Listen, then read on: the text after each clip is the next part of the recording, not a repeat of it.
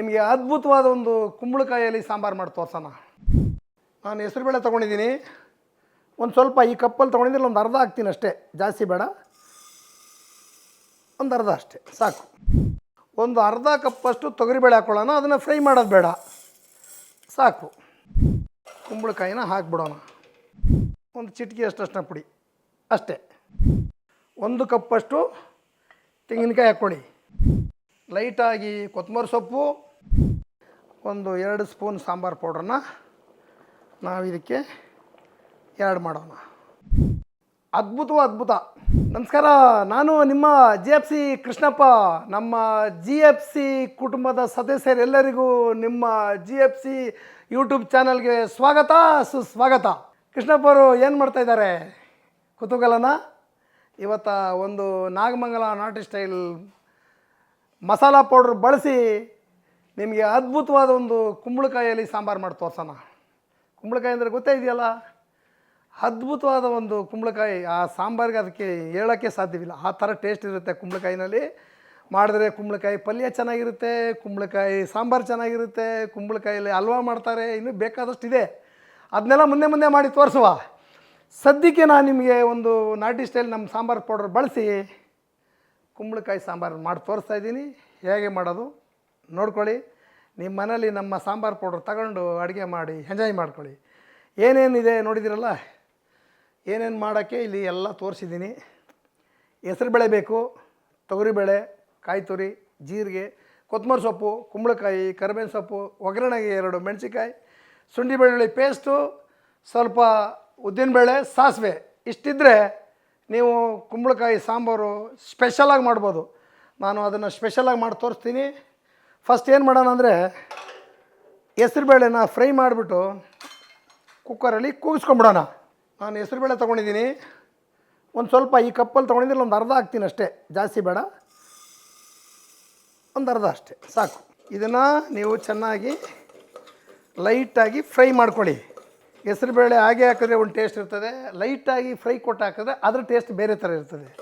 ಒಂದೇ ನೋಡಿ, ಪದಾರ್ಥ ಒಂದೇ, ನಾವು ಮಾಡುವ ವಿಧಾನ ಸ್ವಲ್ಪ ಬದಲಾವಣೆ ಅಷ್ಟೇ. ಲೈಟಾಗಿ ನೀವು ಫ್ರೈ ಮಾಡಿ ಹಾಕಿದ್ರೆ ನಿಮಗೆ ಏಕ್ದಮ್ ಆ ಟೇಸ್ಟೇ ಬದಲಾಗೋಗುತ್ತೆ. ತುಂಬ ಬ್ಲಾಕ್ ಆಗಂಗೇನಿರಲ್ಲ. ಲೈಟಾಗಿ ಕಾಳು ಬಿಸಿಯಾಗಿ ನಿಮಗೆ ಕಟುಮ್ ಅನ್ಬೇಕು ಆ ಕಾಳು, ಅಷ್ಟೇ. ಆ ಲೆವೆಲ್ಗೆ ನೀವು ಅದನ್ನು ಫ್ರೈ ಮಾಡಿದ್ರೆ ಆಯಿತು. ಸ್ವಲ್ಪ ಕಂದು ಬಣ್ಣ ಬರ್ತಾಯಿದೆ ನೋಡಿ, ಕಾಣಿಸ್ತಾ ಇದೆಯಾ? ಸ್ವಲ್ಪ ಕಂದು ಬಣ್ಣ ಬರ್ತಾಯಿದೆ. ಇದ್ರ ಜೊತೆಗೆ ನೀವು ಒಂದು ಅರ್ಧ ಕಪ್ಪಷ್ಟು ತೊಗರಿಬೇಳೆ ಹಾಕ್ಕೊಳ್ಳೋಣ, ಅದನ್ನು ಫ್ರೈ ಮಾಡೋದು ಬೇಡ, ಸಾಕು. ಇದು ನಿಮಗೆ ಒಂದು 7-8 ಜನಕ್ಕೆ ಆಗುತ್ತೆ ಸಾಂಬಾರು. ಇದೇನು ತುಂಬ ಹೊತ್ತು ನೀವು ಫ್ರೈ ಮಾಡಬೇಕಾಗಿಲ್ಲ. ಇದು ತೊಗರಿಬೇಳೆ ಹಾಕಿದ ತಕ್ಷಣ ನೀವು ನೀರನ್ನ ಆ್ಯಡ್ ಮಾಡಬೇಕು. ನೀರನ್ನ ಆ್ಯಡ್ ಮಾಡಿಬಿಡೋಣ. ನೀರನ್ನ ಎಷ್ಟು ಬೇಕು ಅಷ್ಟು ನಿಮ್ಗೆ ಆ್ಯಡ್ ಮಾಡಿದ್ರೆ, ಆ್ಯಡ್ ಮಾಡಿಬಿಟ್ಟು ಕುಂಬಳಕಾಯಿನ ಇದ್ರ ಜೊತೆಗೆ ನಾವು ಈಗ ಮಿಕ್ಸ್ ಮಾಡ್ತಾಯಿದ್ದೀವಿ ನೋಡಿ. ಕುಂಬಳಕಾಯಿನ ಹಾಕ್ಬಿಡೋಣ. ಕುಂಬಳಕಾಯಿನೂ ಹಾಕ್ಬಿಟ್ಟು ಒಂದು ಚಿಟಿಕೆ ಅಷ್ಟು ಪುಡಿ ಅಷ್ಟೇ. ಲೈಟಾಗಿ ಸ್ವಲ್ಪ ಉಪ್ಪು ಹಾಕ್ಕೊಳ್ಳಿ. ಯಾವತ್ತೂ ನೀವು ಕುಕ್ಕರ್ ಮುಚ್ಚುವಾಗ ಇದೊಂದು ವಿಶೇಷ ಗಮನ ಇರಲಿ, ತಕ್ಷಣ ಹಾಕ್ಬಿಟ್ಟು ಮುಚ್ಚಕ್ಕೆ ಹೋಗಬೇಡಿ. ತಕ್ಷಣ ಹಾಕ್ಬಿಟ್ಟು ಯಾವ ಕಾರಣಕ್ಕೂ ಮುಚ್ಚಿಕೊಡ್ದು. ಸ್ವಲ್ಪ ಹೊತ್ತು ಅದು ನಿಮಗೆ ನೀರು ಮಳ್ಳೋದು ಗೊತ್ತಾಗುತ್ತೆ. ಗುಳು ಅಂತ ಹಿಂಗೆ ಮಳ್ಳುತ್ತೆ. ಮಳ್ಳದಾಗ ಹಾಕಿದಾಗ ನೀವು ಇನ್ನೊಂದು ಸರಿ ಕುರುಪಿ ಹಿಂಗೆ ಅಂದ್ಬಿಟ್ಟು ಹಾಕಿದ್ರೆ ಕೆಳಗೆ ಇರತಕ್ಕಂಥ ಬೇಳೆ ಇವೆಲ್ಲನೂ ಸೇರಿ ಒಂದೇ ಕಡೆ ಕೂತಿರಲ್ಲ. ನಿಮಗೆ ಸಮ ಪ್ರಮಾಣದಲ್ಲಿ ಅದು ಬೇಯುತ್ತೆ. ಜೊತೆಗೆ ತಳ ಹಿಡಿಯೋ ಚಾನ್ಸ್ ಇರ್ತದೆ. ನೀವು ಏಕ್ದಮ್ ಅದನ್ನು ಹಾಕಿದ ತಕ್ಷಣ ಮುಚ್ಚಿಬಿಟ್ರೆ. ಈ ಥರ ನೀವು ಒಂದು ಸರಿ ನೋಡಿ, ಮಳ್ಳು ಬರ್ತಾಯಿದೆ. ಯಾವತ್ತೂ ಅಷ್ಟೇ, ಮಳ್ಳು ಬರುವಾಗ ಅಕ್ಕಿ ಆಗಿರ್ಬೋದು, ಪ್ರತಿಯೊಂದೂ ಅಷ್ಟೇ. ಕೆಲವು ನೋಡಬೇಕು, ನೀರು ಹಾಕೋ ಹಿಂಗೆ ಅಂದ್ಬಿಡೋದು, ಹಾಕ್ಬಿಟ್ಟು ತೊಗೊಂಡೋಗಿ ಕುಕ್ಕರ್ ಮೇಲೆ ಒಗೆದಿಟ್ಬಿಟ್ಟು ಆ ಕಡೆ ಟಿ ವಿ ಕಡೆನೋ ಮತ್ತೊಂದು ಕಡೆನೋ ಮೊಬೈಲ್ ಕಡೆನೋ ಓಡೋಗ್ಬಿಡ್ತಾರೆ. ಅದು ಮಾಡಬೇಡಿ ದಯವಿಟ್ಟು. ನೋಡಿ, ಒಂದೊಂದು ಅಡುಗೆಗೂ ಒಂದೊಂದು ಸೀಕ್ರೆಟ್ಗಳು ಇರ್ತವೆ. ಆ ಸೀಕ್ರೆಟ್ನ ನೀವು ಫಾಲೋ ಮಾಡಿದ್ರೆ ಎಲ್ಲ ಅಡುಗೆನೂ ನಿಮಗೆ ಅದ್ಭುತ ಬರುತ್ತೆ. ಯಾವುದು ಅದಕ್ಕೇನೀಗ ನಾವು ಅಡುಗೆ ಮಾಡೋಕ್ಕೆ ಬರೋಲ್ಲ, ನಾವು ಹೆಂಗ್ರಿ ಮಾಡೋಣ ಅನ್ನೋ ಭಾವನೆ ಯಾವತ್ತೂ ನಿಮ್ಮ ತಲೆಯೊಳಗೆ ಬೇಡ. ಅಡುಗೆ ಎಲ್ಲರೂ ಬಲ್ಲವರೇ, ಮಾಡೋ ವಿಧಾನ ಬೇಕಷ್ಟೆ. ನಿಮ್ಗೆ ಯಾರಿಗೆ ಅಡುಗೆ ಬರಲ್ವೋ, ನಾವಿದ್ದೀವಲ್ಲಪ್ಪ, ವೆಜ್ಜಿಂದ ನಾನ್ ವೆಜ್ವರೆಗೂ ಎಲ್ಲ ಪ್ರತಿಯೊಂದನ್ನು ನಾವು ನಿಮಗೆ ಕಲಿಸ್ಕೊಡೋಕ್ಕೆ ರೆಡಿ ಇರುವಾಗ ನೀವು ಕಲ್ತ್ಕೊಳ್ಳೋಕೆ ಏನು ಕಷ್ಟ. ನಮ್ಮ ಪೌಡ್ರು ಸಿಕ್ಕಿಲ್ಲ ಅಂದರೆ ನಿಮ್ಮ ಮನೇಲಿ ಹಾಕೋ ಪೌಡ್ರ್ ಹಾಕೋ ಮಾಡಿ. ಇದು ಒಂದು ಅಡುಗೆ ಕಲೆ. ನಾವು ಎಲ್ಲರಿಗೂ ಕಲಿಸೋ ಧರ್ಮ ನಮ್ಮದು. ನಾನು ಕಲ್ತಿದ್ದೀನಿ, ನಿಮಗೆಲ್ಲರೂ ಕಲಿಸ್ಕೊಡ್ತಾಯಿದ್ದೀನಿ. ನಾವು ನಮ್ಮ ಪೌಡ್ರನ್ನ ಬೇಸಿಕಲ್ಲಿ ಇಟ್ಕೊಂಡು ನೀವು ಮಾಡಿದ್ದೀವಿ. ನೀವು ಮನೇಲೇ ಪೌಡ್ರ್ ಇದ್ದರೆ ಏನು ಮಾಡಬೇಕು ಅಂತ ಕೇಳ್ಬೋದಲ್ಲ. ಆರಾಮಾಗಿ ಮಾಡಿ. ಎಲ್ಲರೂ ನನ್ನ ಹತ್ರನೇ ಪೌಡ್ರ್ ತೊಗೊಂಡು ಅಡುಗೆ ಮಾಡಿ ಅಂತ ನಾನು ಹೇಳೋಕ್ಕಾಗುತ್ತಾ? ನಂದೊಂದು ಕಂಪ್ನಿ, ನಾನು ಹೇಳ್ತಾ ಇದ್ದೀನಿ, ಇದನ್ನು ಕೈಗೆಟಕಿದ್ರೆ ತಗೊಂಡು ಮಾಡಿ. ಸಿಕ್ಕಿಲ್ಲ ಅಂದರೆ ನಿಮ್ಮ ಮನೇಲಿ ಏನಿದೆ ಅದೇ ಪೌಡ್ರ್ ತಗೊಂಡು ಬಳಸ್ಕೊಂಡು ಅಡುಗೆ ಮಾಡಿ. ನಾವು ಯಾಕೆ ನಮ್ಮ ಪೌಡ್ರ್ ತೊಗೊಂಡು ಮಾಡಿ ಅಂತ ಹೇಳ್ತೀವಿ ಅಂದರೆ, ನಮ್ಮದು ಸ್ವಲ್ಪ ವಿಶೇಷವಾಗಿ ಎಲ್ಲ ಪದಾರ್ಥ ಹಾಕಿ ಬಳಸಿ ಮಾಡಿರ್ತೀವಿ. ಅದು ನಿಮಗೆ ಟೇಸ್ಟ್ ಅದ್ಭುತವಾಗಿ ಇರುತ್ತೆ. ಅದನ್ನು ತಗೊಂಡು ಮಾಡಿ ಅಂತ ಹೇಳ್ತೀವಿ ಅಷ್ಟೇ. ನಮ್ಮದನ್ನೇ ನೀವು ತೊಗೊಂಡು ಅಡುಗೆ ಮಾಡಬೇಕು ಅಂತ ನಾವೆಲ್ಲೂ ಹೇಳೋಲ್ಲ, ಯಾವತ್ತೂ ಹೇಳೋಲ್ಲ. ನೋಡಿ, ಈಗ ನೋಡಿ, ಈ ಥರ ಯಾವತ್ತು ಒಂದು ಮಳ್ಳು ಬಂದಾಗ ನೀವು ಹಾಕಿದ್ರೆ ನಿಮಗೆ ಅದು ತಳ ಹಿಡಿಯಲ್ಲ, ತಳನೂ ಹಿಡಿಯಲ್ಲ, ನಿಮ್ಮ ಪದಾರ್ಥನೂ ಚೆನ್ನಾಗಿರುತ್ತೆ. ಏಕ್ದಮ್ ವಿಸಿಲ್ ಬಂದ್ಬಿಡುತ್ತೆ. ನಿಮಗೆ ಒಂದು 2 ಸೆಕೆಂಡಿಗೆ ವಿಸಿಲ್ ಬರುತ್ತೆ, ನೋಡ್ಕೊಳ್ಳಿ. ಅದು ವಿಸಿಲ್ ಬರಲಿ. ನೋಡಿ, ಎಲ್ಲ ಸ್ಟಾರ್ಟ್ ಆಯ್ತು ನೋಡಿ. ಈಗ ಇನ್ನೇನು 2 ಸೆಕೆಂಡಿಗೆ ನಿಮಗೆ ಒಂದು 3 ವಿಸಿಲ್ ಬಂದ್ಬಿಡುತ್ತೆ. ತಡ ಮಾಡೋಂಗಿಲ್ಲ. ನೀವು ಯಾವಾಗ ಆ ಥರ ಮಾಡಿಕೊಂಡು ಏಕ್ದಮ್ ಕುಕ್ಕರ್ ಮುಚ್ಚಿಬಿಟ್ಟು ಆರಾಮಾಗಿರ್ತೀರೋ, 2 ಥರ ಪ್ರಾಬ್ಲಮ್ಮು. ಒಂದು, ಗ್ಯಾಸ್ಕೆಟ್ ಓಪನ್ ಆಗೋ ಪರಿಸ್ಥಿತಿನೂ ಇರ್ತದೆ. ಲೇಟಾಗೂ ಬರುತ್ತೆ ವಿಸಲ್ಲು. ಅದು ಮಳ್ಳಬೇಕಲ್ಲ. ನೀವು ಮಳ್ಳದನ್ನ ಕಣ್ಣೆದುರು ನೋಡಿರ್ತೀರಿ. ಆವಾಗ ಮುಚ್ಚಿದ್ರೆ ಏನಾಗುತ್ತೆ ನೋಡಿ. ಈಗ ಇನ್ನೇನು ಒಂದು 2 ನಿಮಿಷದಲ್ಲಿ ನಿಮಗೆ ವಿಸಲ್ ಬಂದ್ಬಿಡುತ್ತೆ. ಇಷ್ಟೇ ಸಮಾಚಾರ. ಪ್ರತಿಯೊಂದು ಅಡುಗೆನೂ ಅಡುಗೆನೇ ಕಲ್ತಿರ್ತೀರಿ. ಒಂದು ವಿಧಾನ ಇರುತ್ತಷ್ಟೇ. ಈಗ 3 ವಿಸಲ್ ಆಯಿತು. ಇದನ್ನು ನಾನು ಆಫ್ ಮಾಡ್ತೀನಿ. ಸಾಕಾಯಿತು, 3 ವಿಸಲ್ ಆಯಿತು. ಈಗ ನಾವು ಬೇರೆ ಕಡೆ ಗಮನ ಹರಿಸೋಣ. ಇದನ್ನು ಹೇಗೆ ಸಾಂಬಾರನ್ನ ಫ್ರೈ ಮಾಡೋದು ಅದನ್ನು ಮಾಡ್ಕೊಳ್ಳೋಕ್ಕೆ ಗಮನ ಹರಿಸುವ. ಇದ್ರ ಪಾಡಿಗೆ ಇಲ್ಲಿ ಇದು ಬಿಡಲಿ. ಈಗ ಅದಕ್ಕೆ ಒಂದು ಕುಕ್ಕರ್ ತೊಗೊಳ್ಳೋಣ. ನಾವು ಫ್ರೈ ಮಾಡಬೇಕು. ಫ್ರೈ ಮಾಡೋಕ್ಕೆ ಮುಂಚೆ ಒಂದಷ್ಟು ಗ್ರೈಂಡಿಂಗ್ ಕೆಲಸ ಇದೆ, ಅದನ್ನು ಮುಗಿಸ್ಕೊಂಡು ಬಂದ್ಬಿಡೋಣ. 1 ಕಪ್ಪಷ್ಟು ತೆಂಗಿನಕಾಯಿ ಹಾಕ್ಕೊಳ್ಳಿ. ಲೈಟಾಗಿ ಕೊತ್ತಂಬರಿ ಸೊಪ್ಪು, ಒಂದು ಅರ್ಧ ಸ್ಪೂನಷ್ಟು ಜೀರಿಗೆನ ಸೇರಿಸಿ ಇದನ್ನು ಫಸ್ಟು ನಾವು ಮಿಕ್ಸಿ ಮಾಡ್ಕೊಂಬಿಡೋಣ ಚೆನ್ನಾಗಿ. ರುಬ್ಬುವಾಗ ಯಾವಾಗಲೂ ಸ್ವಲ್ಪ ನೈಸಾಗಿ ರುಬ್ಕೊಳ್ಳಿ. ಆವಾಗ ನಿಮಗೆ ಟೇಸ್ಟು ತುಂಬ ಚೆನ್ನಾಗಿರುತ್ತೆ. ಈಗ ನಾವು ಫ್ರೈ ಮಾಡೋಕ್ಕೆ ಹೋಗ್ಬಿಡೋಣ. ಇದಕ್ಕೆ ಒಂದು 100 ಗ್ರಾಮ್ ಅಷ್ಟು ಆಯಿಲ್ ಹಾಕ್ಕೊಳ್ಳಿ. ಈ ಸಾಂಬಾರು ನಿಮಗೆ 7ರಿಂದ 8 ಜನಕ್ಕೆ ಆಗುತ್ತೆ. ನಾನು ಒಂದು ಅರ್ಧ kg ಕುಂಬಳಕಾಯಿ ಬಳಸಿದ್ದೀನಿ. ಅರ್ಧ kg ಅಷ್ಟು ಕುಂಬಳಕಾಯಿನ ಬಳಸಿದ್ದೀನಿ. ಒಂದು 50 ಗ್ರಾಮ್ ಅಷ್ಟು ಹೆಸರುಬೇಳೆ, ಒಂದು 50 ಗ್ರಾಮ್ ಅಷ್ಟು ತೊಗರಿಬೇಳೆ, 2 ಸಮ ಪ್ರಮಾಣದಲ್ಲಿ ಮಿಕ್ಸ್ ಮಾಡೋದ್ರಿಂದ ಅದು ಕಾಂಬಿನೇಷನ್ನು ತುಂಬ ಚೆನ್ನಾಗಿರುತ್ತೆ. ಬರೀ ಬೇಳೆಲಿ ಬೇಕಾದ್ರೆ ಮಾಡ್ಕೊಳ್ಳಿ, ಇಲ್ಲ ಹೆಸರುಬೇಳೆ ಇದ್ದರೂ ಅದರಲ್ಲೂ ಮಾಡ್ಕೊಳ್ಳಿ, ತುಂಬ ಚೆನ್ನಾಗಿ ಬರುತ್ತೆ. ನಾನು ಇದೊಂದು ವಿಧಾನದಲ್ಲಿ ನಿಮಗೆ ಮಾಡಿ ತೋರಿಸ್ತಾ ಇದ್ದೀನಿ. ಒಗ್ಗರಣೆಗೆ ಎಷ್ಟು ಬೇಕು ನೋಡಿ ಸಾಸಿವೆ ಹಾಕ್ಕೊಳ್ಳಿ. ನಿಮಗೇನು ಗೊತ್ತಿದೆಯಲ್ಲ, ಅದೇನು ಪ್ರಮಾಣ ಏನಿಲ್ಲ. ಒಂದಷ್ಟು ಸಾಸಿವೆ ಸಿಡಿಯೋವರೆಗೂ ಕಾಯಿರಿ. ದಯವಿಟ್ಟು ಹಿಂದೆ ಯಾವುದನ್ನೂ ನೀವು ಹಿಂದಿಂದನೇ ಹಾಕಕ್ಕೆ ಹೋಗಬಾರ್ದು. ಇದರ ಮಧ್ಯದಲ್ಲಿ ಒಂದು 4 ಕರಿಬೇವಿನ ಸೊಪ್ಪು ಎಲೆಯನ್ನು ಹಾಕ್ಕೊಳ್ಳೋಣ. ಹಾಕ್ಕೊಂಡು ಉದ್ದಿನಬೇಳೆ ಒಗ್ಗರಣೆಗೆ 1-2,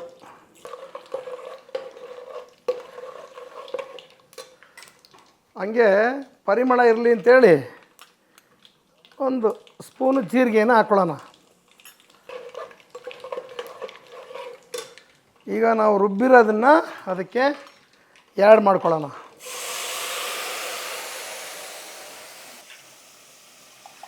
ಮಿಕ್ಸಿ ಜಾರಲ್ಲಿರೋಂಥದ್ದು ಅದನ್ನು ನಾವು ಇದಕ್ಕೆ ಆ್ಯಡ್ ಮಾಡಿಬಿಡೋಣ. ಒಂದು 4 ಮೆಣಸಿಕಾಯಿನ ಗುಂಡಿಗಿರೋ ಮೆಣಸಿಕಾಯಿ ಆದರೂ ಆ್ಯಡ್ ಮಾಡಿ, ಇಲ್ಲ ಗುಂಟೂರು ಮೆಣಸಿಕಾಯಿ ಇದ್ದರೆ ಆ್ಯಡ್ ಮಾಡಿ.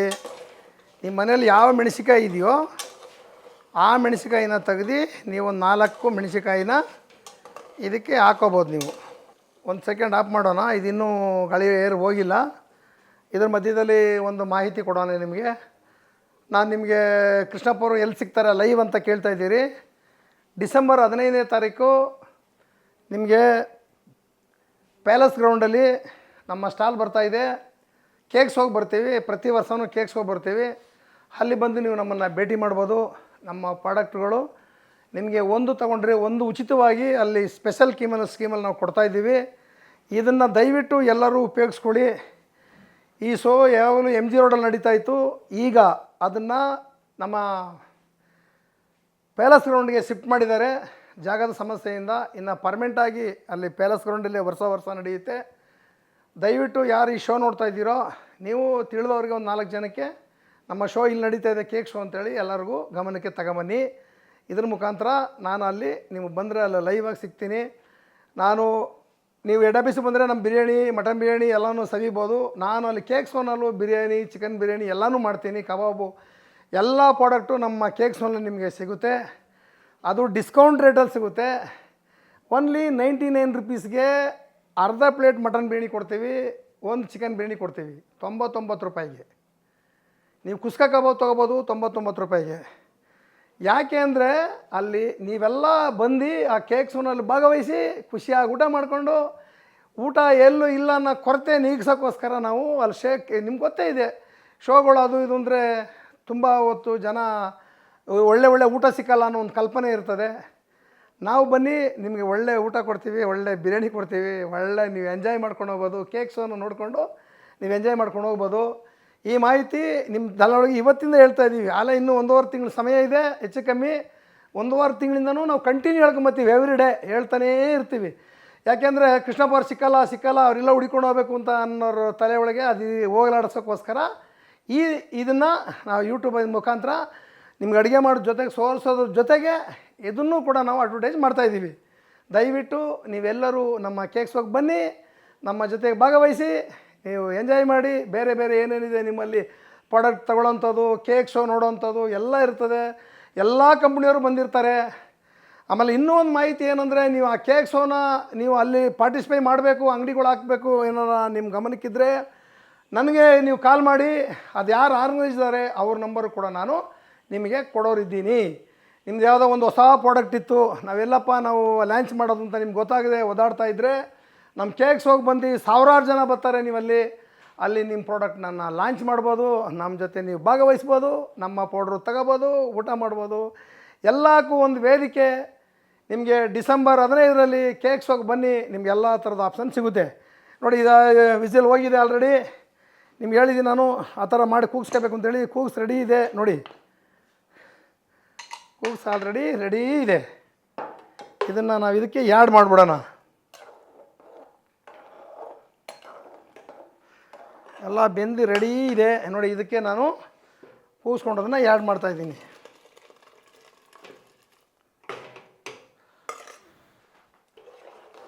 ಯಾಕೆಂದರೆ ಬೇಳೆ ಇದನ್ನೆಲ್ಲ ನೀವು ಅದರಲ್ಲೇ ನೀವು ಕೂತ್ಕೊಂಡ್ರೆ ತುಂಬ ಸಮಯ ತೊಗೊಂಬಿಡುತ್ತೆ.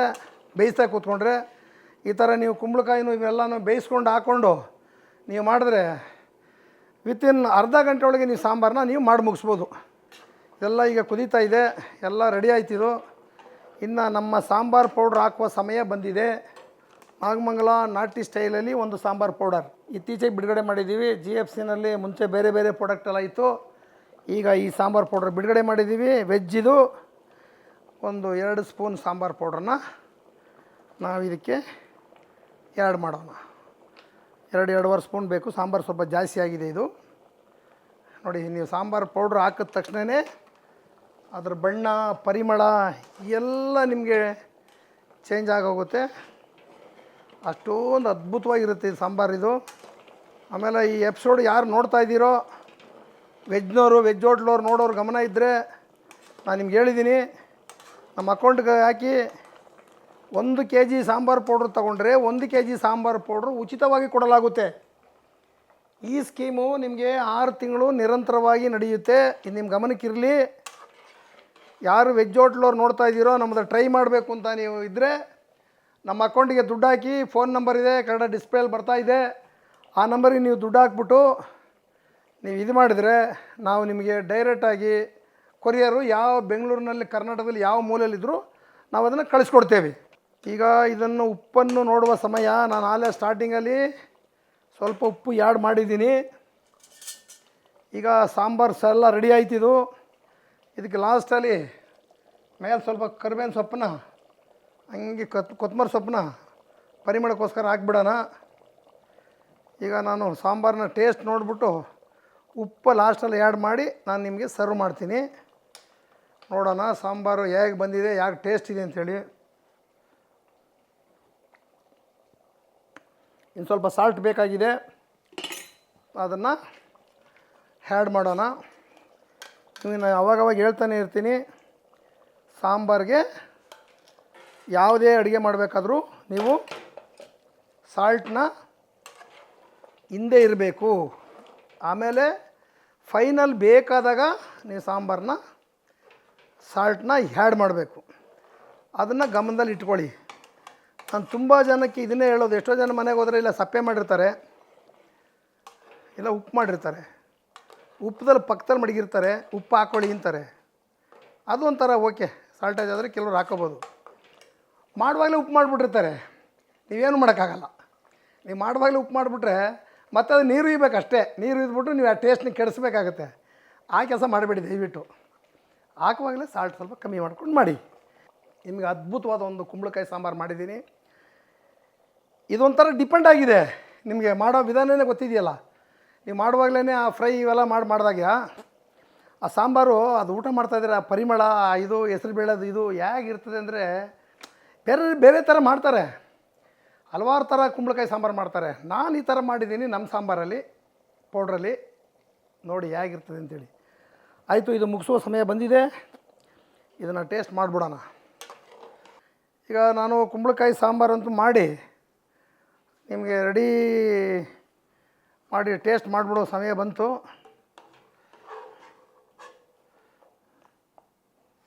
ನಾನಂತೂ ಕುಂಬಳಕಾಯಿ ಸಾರು ಮಾಡಿ ಕೈಯಲ್ಲಿ ಇಟ್ಕೊಂಡಿದ್ದೀನಿ. ಟೇಸ್ಟ್ ಮಾಡೋ ಸಮಯ ಬಂದಿದೆ. ನೀವು ಹೇಳ್ಬೋದು, ಏನು ರೀ ಕುಂಬಳಕಾಯಲ್ಲಿ ಏನು ರೀ ವಿಶೇಷ ಅಂತ ಹೇಳ್ಬೋದು. ಕುಂಬಳಕಾಯಿನಲ್ಲಿ ಇರುವಂಥ ಶಕ್ತಿ ಅದು ಅಪಾರ ಪ್ರಮಾಣದಲ್ಲಿದೆ. ಅದನ್ನು ನೀವು ಬೇರೆ ಕಡೆ ಮಾಹಿತಿ ಬೇಕಾದ್ರೆ ನಾನೇನೋ ಒಂದು ಅಲ್ಪ ಸ್ವಲ್ಪ ತಿಳ್ಕೊಂಡು ನಿಮ್ಗೆ ಮಾಹಿತಿ ಕೊಡ್ತಾಯಿದ್ದೀನಿ. ಕ್ಯಾನ್ಸರ್ಗಾಗಿರ್ಬೋದು, ಕಣ್ಣಿಗಾಗಿರ್ಬೋದು, ಚರ್ಮ ಕಾಯಿಲೆ ಆಗಿರ್ಬೋದು, ಇಂಥವಕ್ಕೆಲ್ಲಕ್ಕೂ ತುಂಬ ಅದ್ಭುತವಾದ ಒಂದು ಕುಂಬಳಕಾಯಿನಲ್ಲಿ ಅದರಲ್ಲಿ ಶಕ್ತಿ ಇದೆ. ನೀವಿನ್ನೇನು ಯೋಚನೆ ಮಾಡೋದು ಬೇಡ. ಆ ಕಾಲದ ಹಿರಿಕರು ಕುಂಬಳಕಾಯಿನ 1 ವರ್ಷ 2 ವರ್ಷ ಅದು ಹಂಗೆ ಮಡಗಿದ್ರು ಅಂತ ಅಡುಗೆ ಮಾಡೋಕ್ಕೆ ಆಟದಲ್ಲಿ ಮಡಗಿದ್ರು ಅಂತಂದರೆ ಅದಕ್ಕೆ ಎಷ್ಟು ರೋಗ ನಿರೋಧಕ ಶಕ್ತಿ ಇರಬೇಕು ಆಲೋಚನೆ ಮಾಡಿ ನೋಡಿ. ಬೇರೆ ತರಕಾರಿನೆಲ್ಲ ನೀವು ಇಷ್ಟು ದಿನ ಸೇವ್ ಮಾಡೋಕ್ಕೆ ಸಾಧ್ಯವಿಲ್ಲ. ಯಾಕೆಂದರೆ ಯಾವುದರಲ್ಲಿ ರೋಗ ನಿರೋಧಕ ಶಕ್ತಿ ಇರುತ್ತೋ ಆ ಪದಾರ್ಥ ಭಾಳ ದಿನ ಬಾಳಿಕೆ ಬರುತ್ತೆ. ಈ ಕುಂಬಳಕಾಯಿನ ನಾವು ಎಲ್ಲಿ ಅಟ್ಟದಲ್ಲಿ ಮಡಗ್ಬಿಟ್ಟು ತುಂಬ ದಿನ ಮಾಡಿ ಅಡುಗೆ ಮಾಡ್ತೀವಲ್ಲ, ಅದನ್ನು ತನ್ನ ರಕ್ಷಣೆಗೋಸ್ಕರ ಕಾಯೋಕ್ಕೇ ಅದಕ್ಕೆ ರೋಗ ನಿರೋಧಕ ಶಕ್ತಿ ಇದೆ ಅಂತಂದರೆ, ನಾವಿನ್ನು ಊಟದಲ್ಲಿ ಆರೋಗ್ಯ ಊಟ ಮಾಡಿದ್ರೆ ನಿಮ್ಗೆ ಎಷ್ಟು ಆರೋಗ್ಯ ಇರ್ಬೋದು ಅದನ್ನು ಆಲೋಚನೆ ಮಾಡಿ ನೋಡಿ. ಎಷ್ಟೋ ಜನ ಕುಂಬಳಕಾಯಿಂದ ಅಲ್ಲಗಳಿತಾರೆ. ಕುಂಬಳಕಾಯಿ ರೀ, ಕುಂಬಳಕಾಯಿ ಸಾರೇನು. ಕುಂಬಳಕಾಯಿನ ಯಾವತ್ತೂ ನೀವು ಅಲ್ಲಗಳಿಯಕ್ಕೆ ಹೋಗಬೇಡಿ.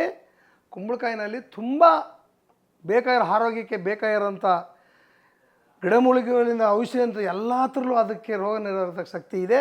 ದಯವಿಟ್ಟು ಎಲ್ಲರೂ ಕುಂಬಳಕಾಯಿ ಸಾರು ಮಾಡಿ ಊಟ ಮಾಡಿ. ನನಗೆ ತಿಳಿದ ಮಾಹಿತಿಯನ್ನು ಒಂದಷ್ಟು ನಾನು ನಿಮಗೆ ಕೊಟ್ಟಿದ್ದೀನಿ. ನಿಮಗೆ ಧರ್ಮಸ್ಥಳದಲ್ಲಿ ಹೋಗಿ ನೋಡಿ, ಸಾರು ಹಿಂಗೆ ಅನ್ನ ಮೇಲೆ ಹೋದರೆ ಒಡೋಗ್ತಾ ಇರ್ತದೆ ಬರೋರಂತ. ಬಾಯಿಗಿಟ್ರೆ ಅಮೃತ ಇದ್ದಂಗೆ ಇರ್ತದೆ. ಯಾಕೆ ಹೇಳಿ, ಆ ಕುಂಬಳಕಾಯಿನ ಮಹತ್ವನೇ ಅಂಥದ್ದು. ಒಂದಷ್ಟು ಬೇಳೆ ಹಾಕ್ಬಿಟ್ಟು ಮಂಜುನಾಥ ಸ್ವಾಮಿ ದೇವಸ್ಥಾನದಲ್ಲಿ ತಿಂತಾಯಿದ್ರೆ ನಮ್ಗೆ ಇನ್ನೂ ಸ್ವಲ್ಪ ಹಾಕಿದ್ರೆ ಬೇಕಾಗಿದ್ದೇನೋ ಅಂತ ಅನ್ನಿಸ್ತದೆ.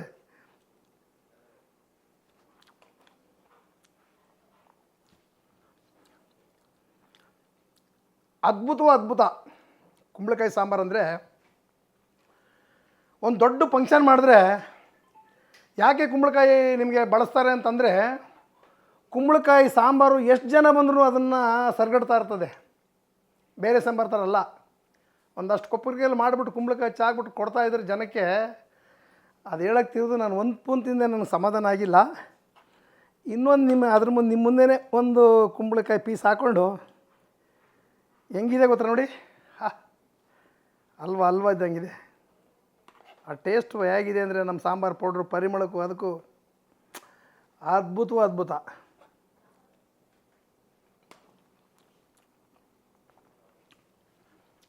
ನಾನಂತೂ ವೆರಿ ಫಸ್ಟ್ ಕ್ಲಾಸಾಗಿ ಮಾಡಿದ್ದೀನಿ. ನೀವು ಇದೇ ಥರ ನಮ್ಮ ಸಾಂಬಾರು ಪೌಡ್ರ್ ತೊಗೊಂಡು ಅಡುಗೆ ಮಾಡಿ ಎಂಜಾಯ್ ಮಾಡ್ತೀರ ಅಂತ ತಿಳ್ಕೊಂಡಿದ್ದೀನಿ.